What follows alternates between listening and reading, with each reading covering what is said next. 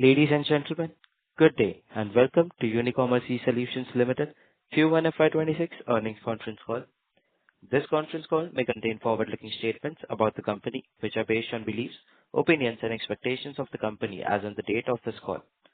These statements are not the guarantees of future performance and involve risks and uncertainties that are difficult to predict. As a reminder, all participant lines will be in the listen-only mode, and there will be an opportunity for you to ask questions after the presentation concludes. Should you need assistance during this conference call, please signal an operator by pressing star then zero on your touchtone phone. Please note that this conference is being recorded. I now hand the conference over to Mr. Kapil Makhija, Managing Director and CEO of Unicommerce eSolutions Ltd. Thank you, and over to you, Mr. Makhija. Thank you. Hello and good morning, everyone. Thank you for joining us. Before we begin, I am pleased to share an important milestone. Today marks the first anniversary of Unicommerce as a publicly listed company. This past year has been a learning journey for our team, with disciplined execution driving consistent growth in revenues and profits as we embrace the opportunities and the responsibilities of being a listed entity. We are pleased to welcome everyone to the Q1 FY26 earnings call of Unicommerce eSolutions Ltd. Joining me today is Anurag Mittal, our CFO, along with Strategic Growth Advisors, our Investor Relations Advisors. Q1 FY26 marks a strong start to the financial year, reflecting strong execution across revenue growth, profitability, and key strategic initiatives. The quarter demonstrated our ability to scale sustainably while continuing to enhance our product offerings across all our platforms. For the benefit of new participants on the call, let me briefly outline our comprehensive product offerings across three platforms that make us a one-stop shop for all e-commerce enablement needs. First, ConvertWay. It is an AI-enabled marketing automation platform designed to improve conversion rates and sales performance on client websites. Second, Uniware. It is our flagship post-purchase supply chain management platform, widely trusted by e-commerce businesses to manage inventory, orders, warehouse, and omni-channel operations. And third, Shipway. It is our logistics technology platform offering two core solutions: courier aggregation for clients seeking to manage deliveries through multiple logistics providers via a unified interface, along with shipping automation for clients using their own courier relationships but requiring advanced tools to optimize daily logistics execution. Together, these platforms create a comprehensive solution covering the full e-commerce lifecycle, from driving demand to managing operations to handling delivery and returns. Talking about our financial performance, our consolidated revenue reached 449.3 million rupees in Q1 FY26, a 63.6% year-over-year increase. Adjusted EBITDA, which reflects our operating profitability, grew 112% year-over-year to 94.7 million rupees, driven by consistent cost discipline and strong operating leverage. Adjusted EBITDA margins improved from 16.3% in Q1 FY25 to 21.1% in Q1 FY26. These results reflect the resilience of our business model, supported by disciplined cost management and improved operational efficiency. Let me now highlight some of the strategic milestones we achieved during the quarter. First, our international business, spanning 6 countries outside of India, turned operationally profitable in Q1 FY26, marking a key milestone in our global expansion journey. This was driven by a cost-effective delivery model, leveraging our established onboarding and support teams in India, which has enabled us to maintain a lean cost structure, along with a consistent addition of overseas clients, contributing to steady revenue growth. Over the past year, we have worked closely with a large retail conglomerate in the Middle East to support several of their retail businesses. And in Q1 FY26, we secured a sizable contract in Southeast Asia, further strengthening our presence in the region. Second, we also commercially launched our payment reconciliation module, Unireco, which enables sellers to streamline their receivables from e-commerce platforms and identify potential financial leakages. Third, Uniware, our flagship platform, achieved an annual transaction run rate of over 1 billion order items during the quarter, at par with the festive season quarter of FY25, indicating consistent growth in volumes managed through our platform. Fourth, ShipPay became PAT positive during the quarter. Now coming to industry performance, while sector-wide growth remained subdued in Q1 FY26, we remain focused on executing multiple initiatives within our control to drive consistent growth in revenues and profitability independent of broader market conditions. First, we introduced several product enhancements on Uniware, including Blink Mode for faster processing of high-volume workflows, multilingual support for invoices and labels, and feature upgrade for B2B and quick commerce order management. In Q1 FY26, we reached an annualized run rate of 48 million items for quick commerce channels compared to 20 million items in FY25. Second, as highlighted earlier, we commercially launched our payment reconciliation module, Unireco, whose initial feedback by early adopting clients has been positive. And third, we continue to focus on adding new clients, with 88 new clients acquired in Q1 FY26 as we continue to see strong sales momentum. Select additions this quarter include traditional as well as digital-first brands such as Ajanta Shoes, Himalaya Wellness, Rupa, Lacoste, Rich Look, Super U, Beyond Snacks, and Eat Better Company. Turning to ShipPay, it continued to see a strong adoption from new and existing customers.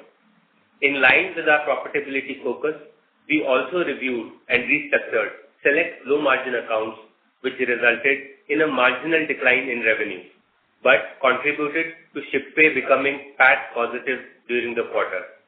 However, the constant growth in the business has ensured that as of July, ShipPay has already reached the highest ever annualized run rate of INR 80 to 85 crore compared to approximately INR 70 crore revenue in Q1 FY26.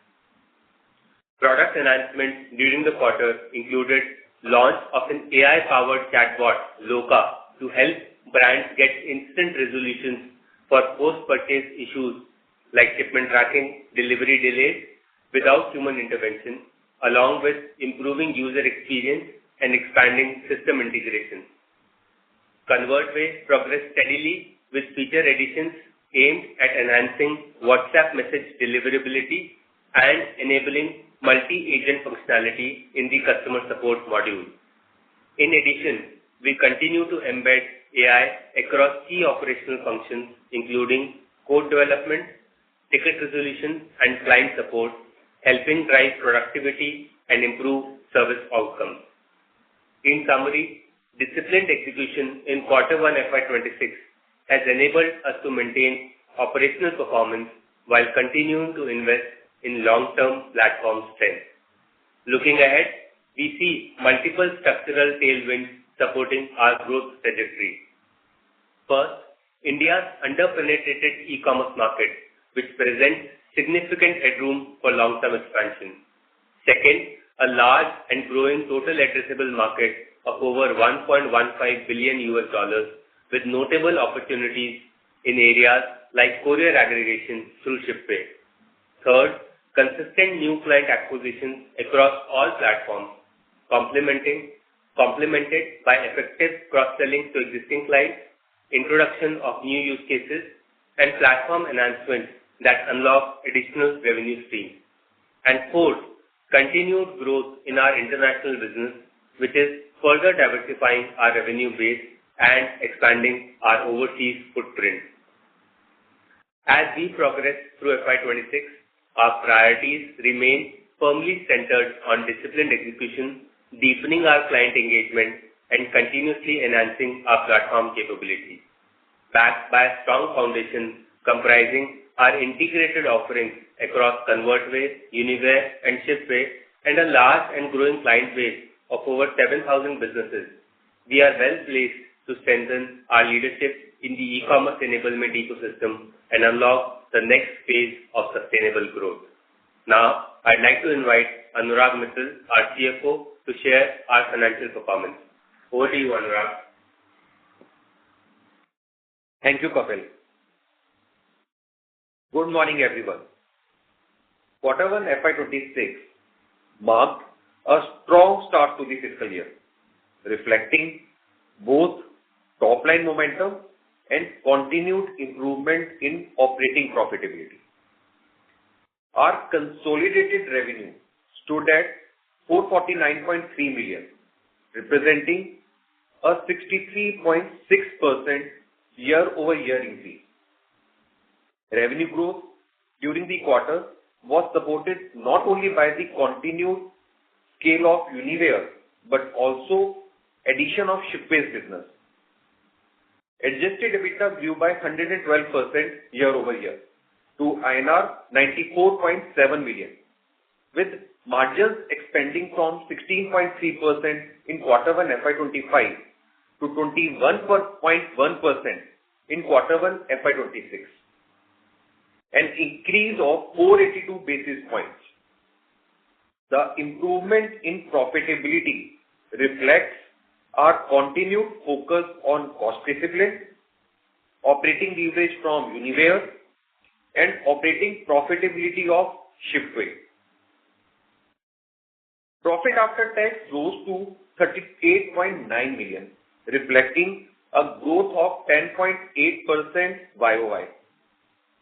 The variance between PAT and adjusted EBITDA growth is attributable to a non-cash amortization expense of 33.2 million related to intangible assets recognized from the acquisition of Shipway Technology Private Limited.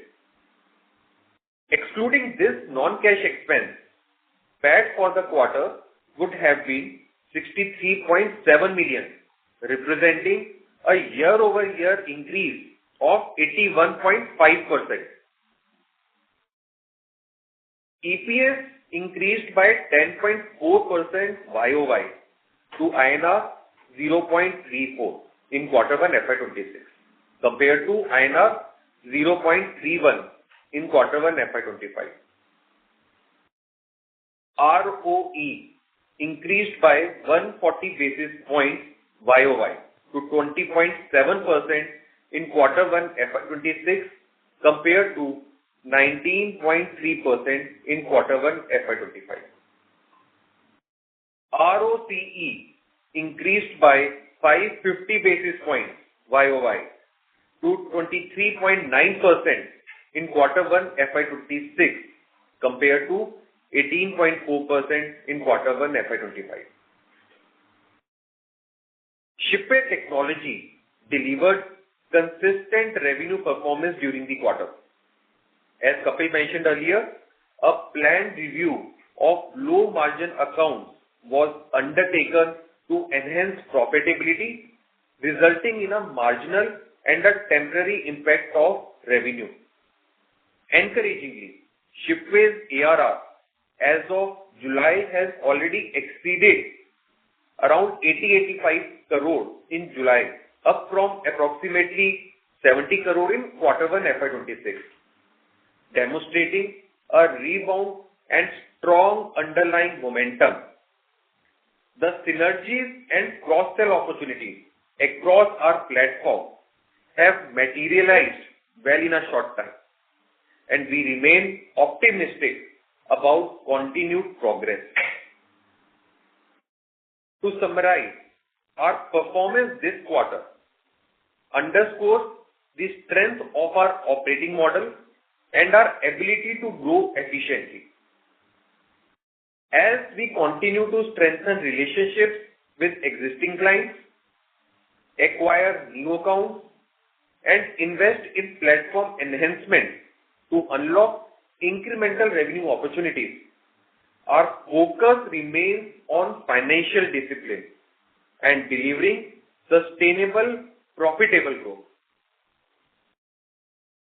Further, we are pleased to announce the successful implementation of Oracle as our financial ERP platform during the quarter. This strategic move significantly strengthens our internal systems, processes, and controls, laying a robust foundation for enhanced financial management.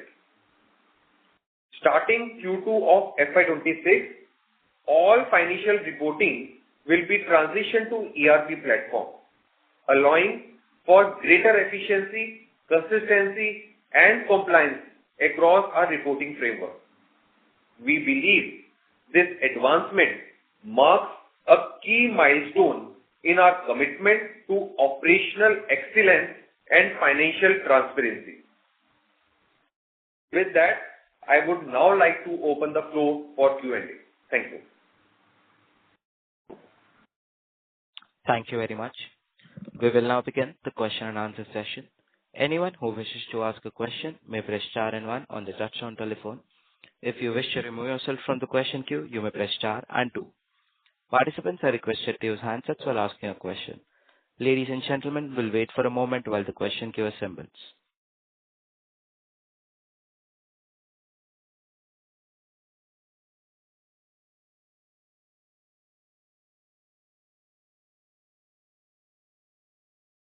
Participants who wish to ask questions may press star and one at this time.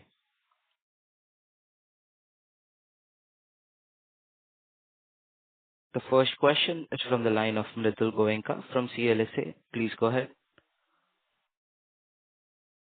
Yeah, hi. Thanks for the opportunity. Am I audible? Yes, you are audible. Yeah, hi. Yeah, thanks for the opportunity. So actually, 3-4 questions I had. So firstly, I think on the pricing in the standalone Unicommerce business, I think that continues to remain subdued. Now it is below 1 rupee, 10 paise and down 60% year-over-year. So can you just briefly comment as to the competitive environment or what are the exact reasons why the pricing... Sorry to interrupt. Mr. Mridul, may we request you use a headset to ask a question? Okay.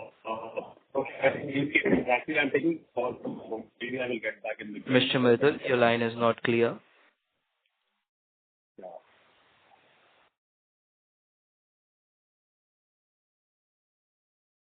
Hello. Am I audible now? Hello. Please go ahead. Yeah, hi. Actually, first question is on pricing. Can you comment, like, what are the reasons for pricing to be soft in this quarter? Hi, Sumit.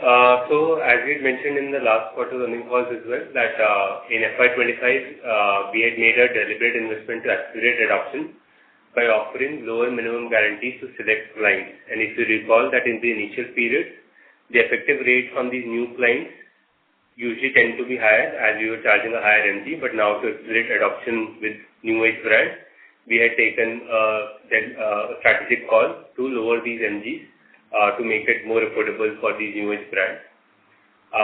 The second is that in this earnings call, we have also mentioned that we have seen a rapid rise of quick commerce volumes getting managed. So both the share of B2B and quick commerce volumes in our transaction mix has also increased. And these transactions, given their bulk nature, generally realize lower transaction rates. But this is too early for us to say, as in the relative mix of the B2B and quick commerce transactions will stabilize in due course of time. So we will be able to comment on a steady state rate in subsequent quarters. But as of now, I would say that it's been in the similar ballpark of 1.1, as we had mentioned, 1.1 to 1.2. It's due to some of these initiatives that we have taken in FY25 and a slight increase, a larger increase in our quick commerce and B2B volumes, which are our immediate focus areas, has resulted in a slight decline that we've observed. Got it. That's helpful. So prodding further on that line, can you briefly comment, out of your overall business, how much is the contribution from quick commerce? And, what is the differential between pricing for quick commerce clients versus your regular clients? Like I said, it's very early days for us, so we are seeing good adoption of quick commerce and B2B amongst our client base. I think it's hard. It's early days for us to comment the steady state contribution of or the share of quick commerce over overall volume. And the rate for quick commerce vis-a-vis B2C is business sensitive. So it may be difficult for me to share that. Okay, not an issue. So maybe I think the next question is about your top 10 clients. I mean, I can... Sorry, Sumit, we are losing you again. Hello. Am I audible now? Hello? Yes. Yeah, you're audible now. Yeah. Okay. Yeah, so actually, I wanted to know your top 10 client revenue proportion that has been completely shrinking, I mean, for the last several quarters. But it was decent to see some growth on a YOY basis. So can you just comment, like, are you incrementally gaining more wallet share within your top 10 clients, or is it there is a huge churn in the top 10 clients? Just wanted to get a sense as to how your top customers are growing along with you. Sure. Sumit, I'm assuming this is for the standalone business. Yes. You would recall, yeah. So as you would recall, we had mentioned that as far as Uniware is concerned, we have 100% wallet share because the brand uses a single OMS for their operations. So there is no question of wallet share as far as our standalone Uniware business is concerned. The overall related share of top 10 clients has been consistently declining, which is a result of our focused effort in diversifying our client base. We have seen a steady growth in the number of clients using our platform, and we have seen both traditional brands as well as digital-first brands using our platform steadily growing as the e-commerce market grows. So the relative share decline of top 10 clients is a result of our focused effort in accelerating our client base and diversifying it further. Got it. But I think on an absolute basis also, your top 10 clients revenues have come down by almost 28-30% on a YOY basis. So what is the reason for the absolute revenue shrinkage? So I think it's a function of others also growing. Like I said, our client base has increased. So it's the relative share has come down because our broader base continues to increase, and we continue to see a strong acceleration of new clients getting added to our customer base. No, right. I get that point, but my point is your top 10 clients must be growing, right, given that e-commerce is still growing in double digits as an industry. So in terms of your transaction volumes, will then they should also see a double-digit growth? I'm not sure about the pricing.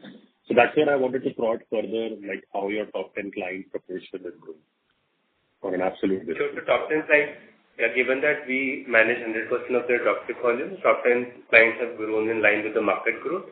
I can confirm on this call that there have been no logo churn amongst the top 10 customers. Okay, got it. And finally, on Shipway, I think you mentioned that there was some planned pruning of non-profitable accounts, and on a YOY basis, I guess your growth was close to 20%, if I'm not wrong. YOY basis, we do not have the Shipway numbers because we've started consolidating it from 17 December when the first tranche was completed. On a quarter-on-quarter basis, there has been a slight decline because of the reasons that we had mentioned, that we have restricted some of the select low-margin accounts to ensure that Shipway becomes PAT positive. But the business continues to grow month-on-month and has shown consistent growth, because of which our July revenue is 80 to 85 crores, which is our highest ever for Shipway, compared to 70 crores revenue in Q1 FY26. Got it. So, what is the organic potential for Shipway business going forward? See, Shipway operates in a large TAM of nearly 4,000 crores, Sumit. So I think there's significant headroom for growth. I think the journey has just started, and Shipway can continue to tap into this large customer base of social media sellers, brands selling on their own website. So while there is a large pool of Unicommerce customers, there is a large market even outside of Uniware's customer base where Shipway can continue to target. I think the journey has just started, and we feel that this can continue to grow aggressively. In fact, as we have consistently maintained that all our new products are our engines for growth, including Shipway, ConvertWay, and Unireco. Amongst that, Shipway is expected to be the largest driver of growth for us from these new products. And Sumit, in addition to what Kapil mentioned, I also mentioned in my speech that our growth momentum continued in July as well, which really demonstrates what we are seeing. In fact, with the Shipway's ARR increasing to highest ever ARR of 80-85 crore compared to 70 crore in Q1 FY26 itself. So there is definitely a significant potential for Shipway in the logistic market, and we are quite positive about the future potential of Shipway. Got it. So would it be fair to assume that the growth in Shipway would be higher than your standalone business, given the potential what you mentioned? Yes. So see, Uniware is a stable platform. It's been matured, built over more than a decade. So the standalone business will continue its journey of marketplace growth. Shipway, given the large TAM it operates in, and it's a relatively newer entrant in this space, we feel that the growth potential of Shipway is far higher than the standalone business. Got it. So that's all the questions I had. Thanks for the opportunity again. Thank you. The next question is from the line of Arvind Arora from A Square Capital. Please go ahead. Hello. Am I audible? Yes. Yeah. Good morning, Kapil and team, and congrats on good set of numbers. So, Kapil, my first question on profitability level at Uniware product.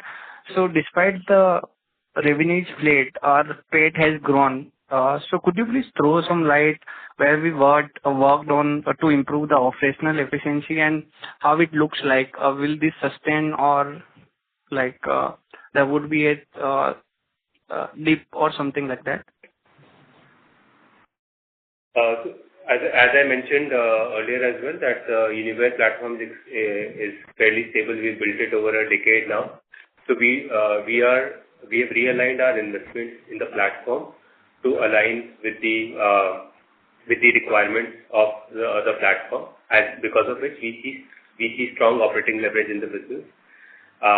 We have realigned our investments essentially related to people costs, because now with the help of AI, we are able to do things a lot faster than what we could do a year ago.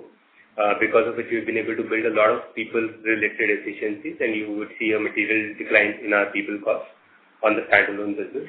And the business inherently has an operating leverage. We have demonstrated it over the last few quarters already, but we've been able to take it even further by building internal efficiencies thanks to AI for not only product development but even other areas like client support, customer success, etc.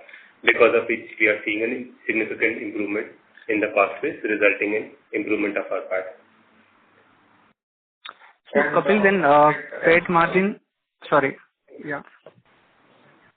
So in addition to what Kapil also mentioned, I also wanted to call out that our flagship Unicommerce platform is very mature now and stable product requiring minimum incremental investment now.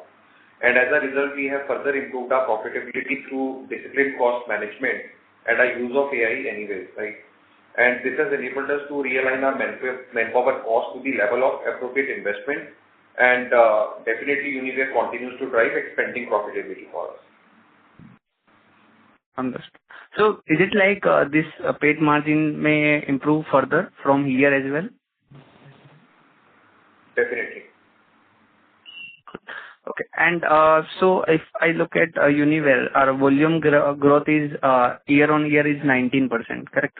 And if I look at customer addition side, so last year our customer was 55 and it increased to 979. So there is a net 14% growth in the customer addition.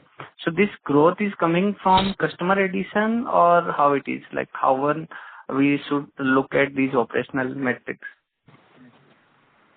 Yeah, so our growth is a function of multiple factors. One is the market growth. So our existing clients, because we charge per transaction, so as our existing clients grow in line with the market growth, we stand to gain from that. The second lever of growth for us is new client additions. The third lever is the new products, or like we've just recently commercially launched Unireco. So we are able to upsell and cross-sell our existing customer base on these new products. And fourth is international expansion. We continue to add new logos in the international markets as well. So our growth is driven by a combination of these four factors. Hope that answers the question. Yeah, but then at the customer level, our rate or charges will not increase. Is it like that? Yeah, so first of all, I wanted to clarify on the transactions growth. A lot of our transactions growth is driven by new customers getting added, and we charge a minimum guarantee from these enterprise customers, in which we bundle certain number of transactions in this cost. As the new customers start using the platform, a lot of this transaction growth gets subsumed in the minimum guarantee that these new clients pay us, because of which the transaction growth doesn't translate into the revenue growth always. And secondly, I think Sumit, before you had asked a question on the rate, our rate continues to be in a similar ballpark of 1.1, and so hence our revenue growth is a result of the four factors that I mentioned. But the transaction growth in absolute cannot translate into revenue growth, because the bulk of this transaction growth gets subsumed in the minimum guarantee that the new clients are paying us. Understood. Okay.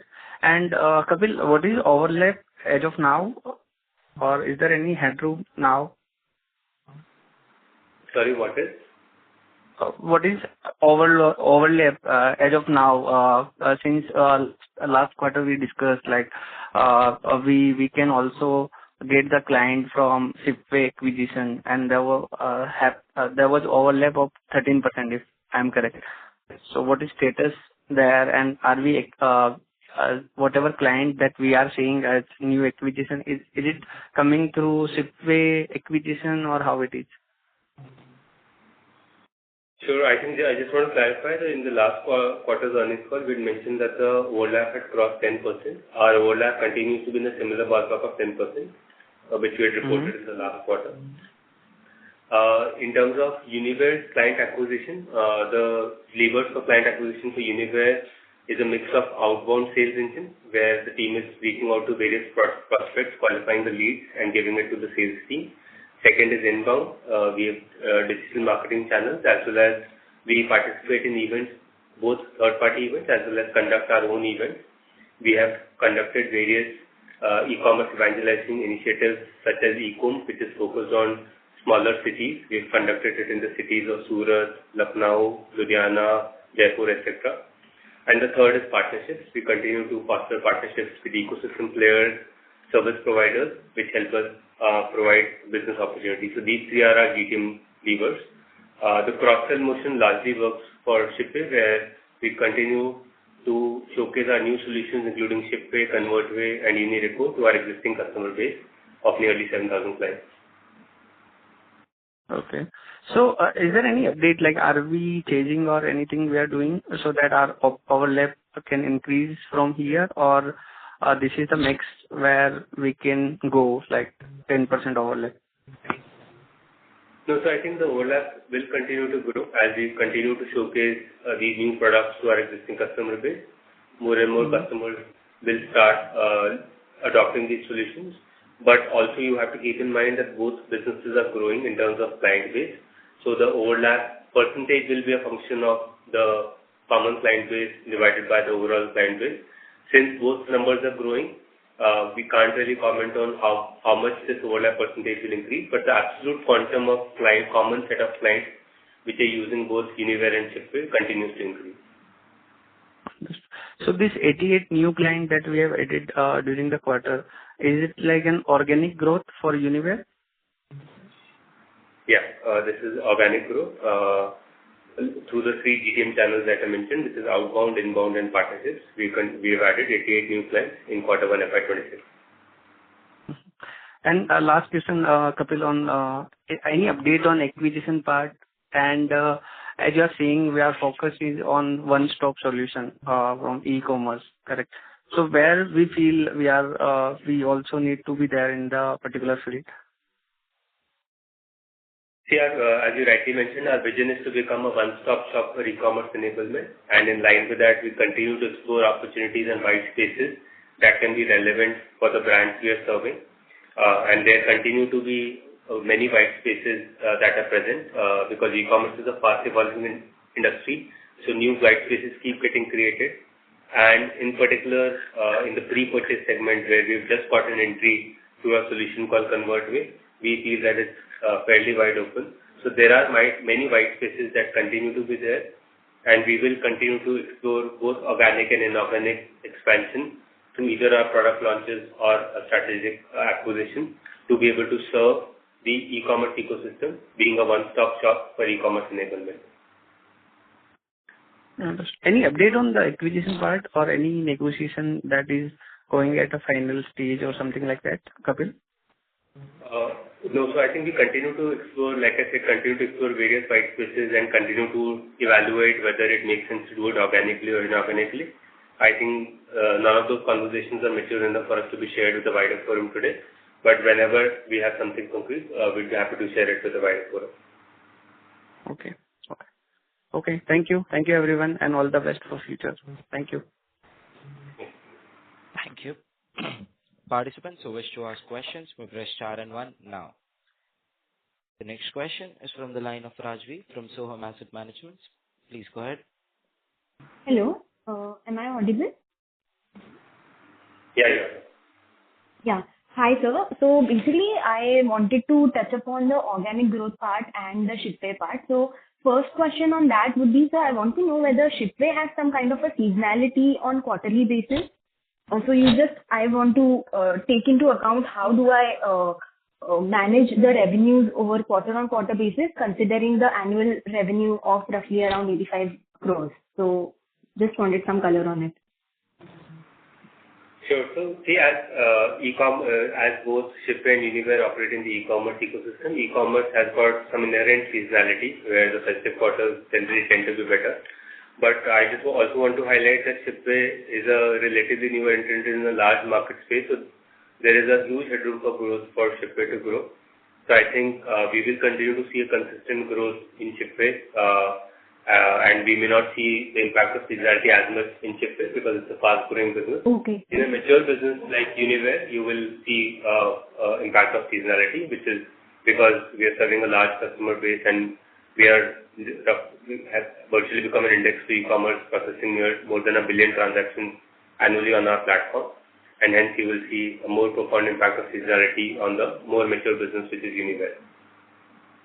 Okay. And so considering no seasonality, if I do my numbers and if I exclude the Shipway revenue from it, can we say that the organic revenue had degrowth during the quarter on year-on-year basis I'm talking about? As I mentioned, that the growth of the standalone Uniware business is in line with the market growth. It has not degrown quarter-on-quarter or year-on-year basis. It continues to post a moderate growth. But that's broadly in line with the market growth. As I mentioned, that seasonality will have a lot more profound impact on a mature business like Uniware. But having said that, honestly, the market growth is something that we cannot control. What's in our control is where our focus is. We continue to add new clients. We have added 88 new clients across traditional and digital first businesses. And we continue to launch new products and significantly upgrade the capabilities of our existing products so that we continue to serve the ecosystem. Got it, sir. And so on the capitalization of employee expenses that was done even in this quarter, so I just would like to know your views as in how much is this going to continue in quarters to come? Like, the absolute number of employee cost is down. I understand that one of the adjustment in there was transfer of few of the employees to the parent company. And I think the second one was this. So just want to understand how the employee cost going forward will pan out, considering the adjustments done? So Rajvi, we have done capitalization of near about 1.5 crore in this quarter one FY26. And the purpose of doing this capitalization is to bring that Uniship product to a terminal stage. We don't anticipate to do capitalizations in the subsequent quarters. In fact, no major capitalizations anticipated in quarter two onwards.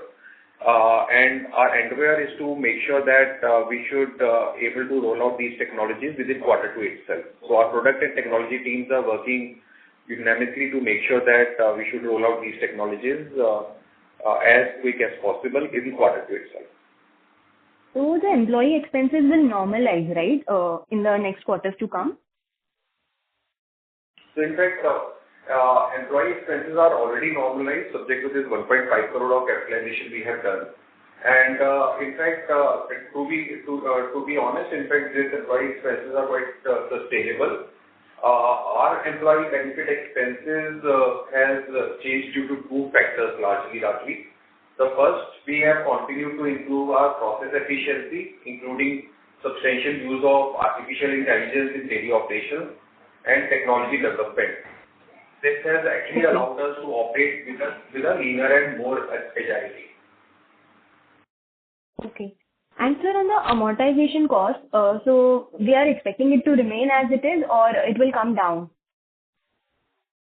So, amortization expense, in fact, when we spoke about this capitalization part in the Shipway, we believe that the group is in a process of integrating these internally developed solutions with the technology acquired through the business acquisition of Shipway Technology Private Limited. And the integration is expected to enhance Shipway's existing product capabilities, facilitate deeper market penetration, extend the useful life of Shipway brand, and strengthen customer relations. So upon successful completion of the integration, which is well scheduled and planned in quarter two itself, the company will evaluate the useful life of combined developed and acquired technologies, and accordingly the amortization spend will further reduce subsequent in the quarter two and onwards. Okay. And sir, there were revisions made in the valuations of Shipway, as in the rest 57% which was acquired. So, any reason or any color that you can give on that front? Could you please repeat your question, Rajvi? It wasn't very clear to us. Oh yes, I was talking about the revisions in valuation of Shipway made. So the remaining 57% that was acquired, acquired at a higher valuation. So just wanted some color on why this revision had to happen. So Rajvi, while we did tranche 1, the valuation was around 160 crore. And the tranche 2 completion, in fact, tranche 1 was our cash transaction. But tranche 2, we did the valuation of 179 crore. So there is an upside of the valuation. Reason being there was the increase in the business size by that time while we completed this tranche 2. Hence there was an upside in the valuation of our company. The next question is from the line of Sahil Doshi from ThinkWise. Please go ahead. Hi, good morning, team, and thank you for the opportunity. I think my first question pertains to the standalone business. We've done a fabulous job in terms of client additions. The transaction growth have been relatively strong compared to the industry. But the real point is actually the revenues have actually remained in the same range for the last 4 quarters. Right? It's just 1 or 2 crores here and there. But we aren't really seeing this translating into real profitable revenue growth in that sense, if I had to put it. So could you just really quantify, because you'll also constantly be on a treadmill to add new clients. There will be always new set of clients coming in. There'll always be churn there. So could you possibly tell us when do we really start seeing the revenue growth coming in the business? Thanks, Sai. So as you mentioned that the growth of Unicommerce standalone business is a result of the overall market growth. And like I mentioned, that's something we cannot control. So we continue to add new clients. We feel that there continues to be a large market out there where, as in the earlier discussions in the earnings call, we had mentioned that even today, we feel that about 80 to 85% of the market, of the dropship market, because it's fairly nascent, still uses Excel or manual operations to manage their e-commerce business. As a result, as the complexity of the e-commerce ecosystem increases and the overall scale of the ecosystem increases, we believe that a lot more businesses will look for software where, given that we are the largest player in the market, we continue to have a top-of-the-mind recall for opting for a solution. So I don't think that we will see any slowdown in terms of new client acquisitions. That will continue to grow strong. And as we had demonstrated in our FY24 and FY25 results, the new client acquisition continue to contribute consistently in the growth. Our growth in the last couple of years has been a bit subdued, largely because of the overall market growth, and it's hard for us to predict when this market growth is going to come back. Although we do see the initial signs of quarter two in terms of the sales season of Raksha Bandhan and Prime Day sales, we have seen a higher growth compared to the summer sale that we saw in Q1. But it's hard for us to say whether that's representative for the full quarter. But at least the sales season, at least in quarter two, has been a bit encouraging. But I think once the quarter completes, we'll be able to comment further on whether the market growth is coming back, which should translate into high growth for Uniware standalone business as well. So, Kapil, I'll just rephrase this. I understand on the market outlook, we've been having consistently 20% plus transaction growth. So when you say market growth, what is the level you would want for that to, give you the ability to take pricing growth as well, for us to see at least double-digit kind of revenue growth? And secondly, if you can possibly, just to help us understand this and get more comfort, could you quantify how much of this transaction growth is today not or below the minimum guarantee, so that we know that there's no revenue contribution, and possibly in the future, what the team is trying to build will actually translate into revenue growth? Yes, right. So, first of all, addressing the point about 19% transaction growth, as I mentioned, a lot of this transaction growth is the result of new client acquisition, and bulk of this transaction growth gets subsumed in the minimum guarantee that the new clients are paying us. The strong client acquisition that we've got in Q1 and hopefully will continue in subsequent quarters should help us in driving the growth in subsequent quarters. In addition, given that the market has been relatively subdued in the last 2 years, we have also built new products as well as significantly upgraded the capabilities that our existing products had to ensure that they become our future levers of growth in the standalone business. So we, as I mentioned before as well, that we continue to focus on initiatives which are in our control in driving sales acquisition and building new products and enhancing our product capability, so that we continue to serve the ecosystem and are able to deliver growth. And if the market is able to show higher growth, as we've seen some initial signs of that in quarter two sales, we should be able to see a higher growth in subsequent quarters.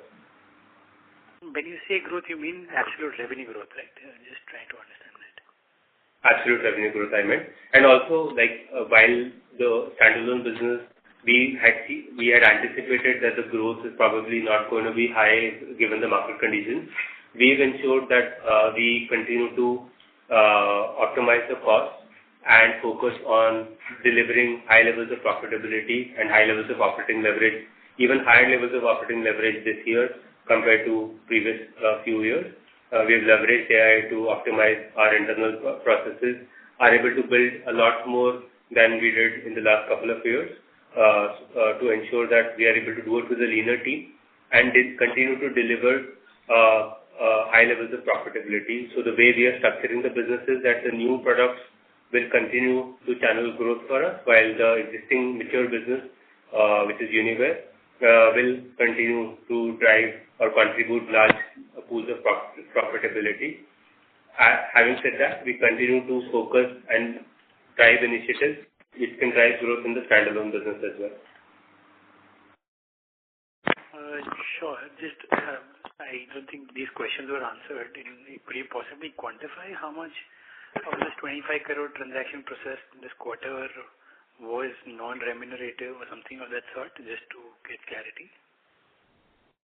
A ballpark? I think that will be business sensitive. Yeah, that will be business sensitive for us.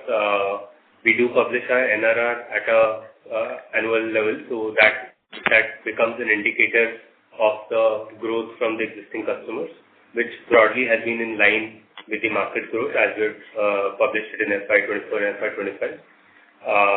So I think as the numbers mature through the year, I think by the end of the year, we should be able to publish NRR number.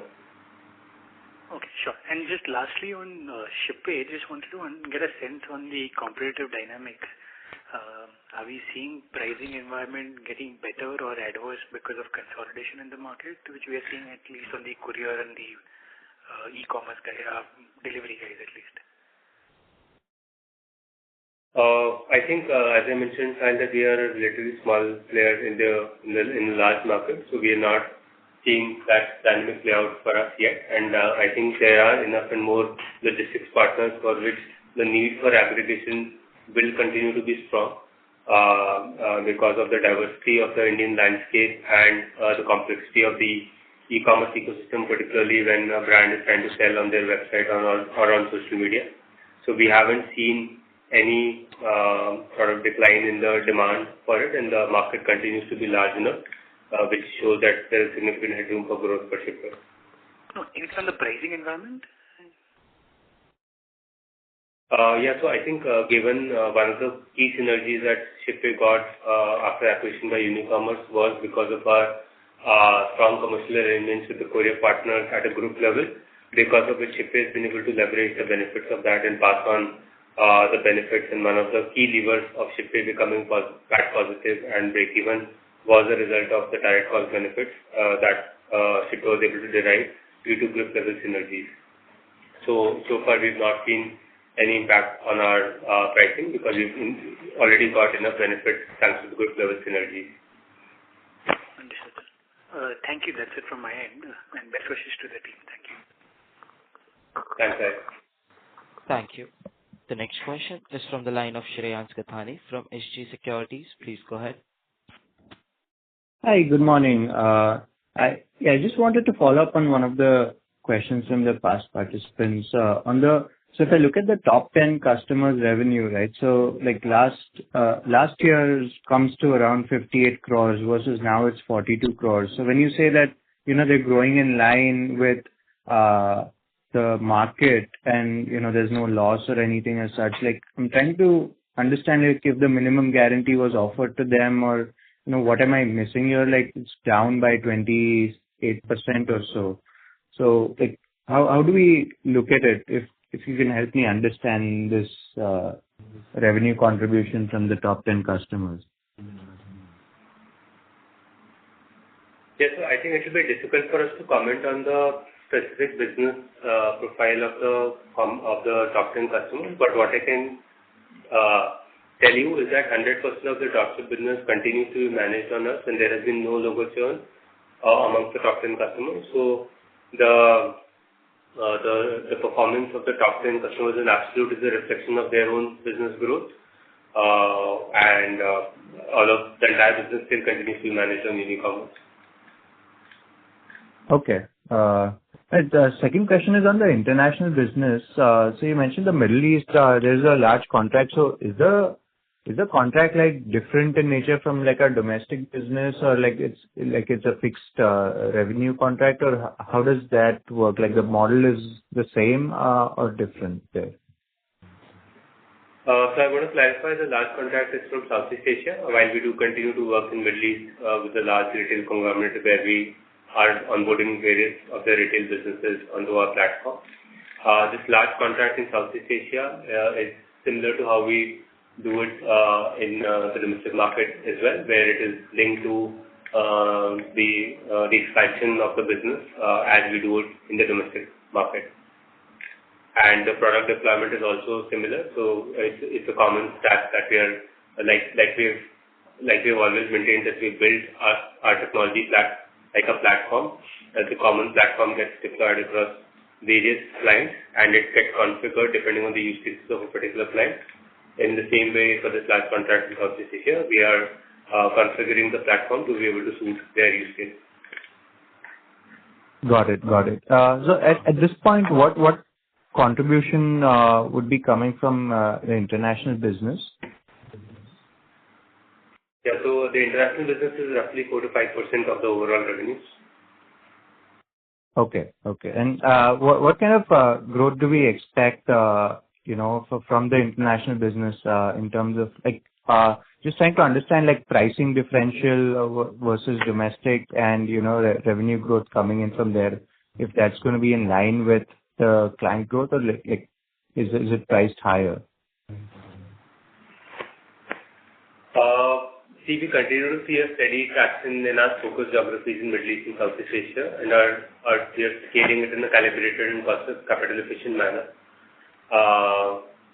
In terms of our, again, pricing in international markets versus domestic markets, that's business sensitive, but I think international business is still in these markets, and we have carefully chosen these markets of Middle East and Southeast Asia because we feel that these markets are, in terms of e-commerce evolution, are a few years behind Indian e-commerce, and hence the product and the platform that we have developed is readily usable in these markets. So I think the dropship model in terms of the scale and complexity is yet to see the peak that Indian e-commerce has seen, and hence the volumes being managed of these businesses in these markets are relatively lower compared to India, both the scale and the complexity. But we, again, the pricing continues to be slightly higher in these markets compared to India, but it's early days. It's still only 4 to 5% of our overall revenues. And as the e-commerce ecosystem in these markets evolves, I think the pricing as well as the use cases in these markets will stabilize or mature over in due course of time. Got it. Got it. So last question was on, you in the last, I think, last quarter or the quarter before that, you mentioned that, you're starting to have certain price escalation clauses in the contract. So when do those start, kicking in, and when did we start doing that? If you could give some color on that. Yeah, so as you would recall, we had mentioned that the price escalation has been introduced on the new contract since last year. The benefit of that will start accruing in the later part of this year as more and more contracts complete the year through FY26. We are also carefully observing the impact of the price escalation on the new contract, and we hope to extend this to our existing contracts as well. And the benefit, if we are able to do this for existing contracts in this year, the benefit of that should accrue in the following year. Got it. Got it. That's helpful. Thank you. That's all from my end. Thank you. I now hand the conference over to Mr. Kapil Makhija for his closing remarks. Thank you everyone for joining the call today. We hope we have been able to address your queries. Should you have any further queries or clarifications, please feel free to reach out to us, our strategic growth advisors, our investor relations advisors. Thank you and have a good day. Thank you. On behalf of Unicommerce eSolutions Ltd, that concludes this conference. Thank you for joining us, and you may now disconnect your lines.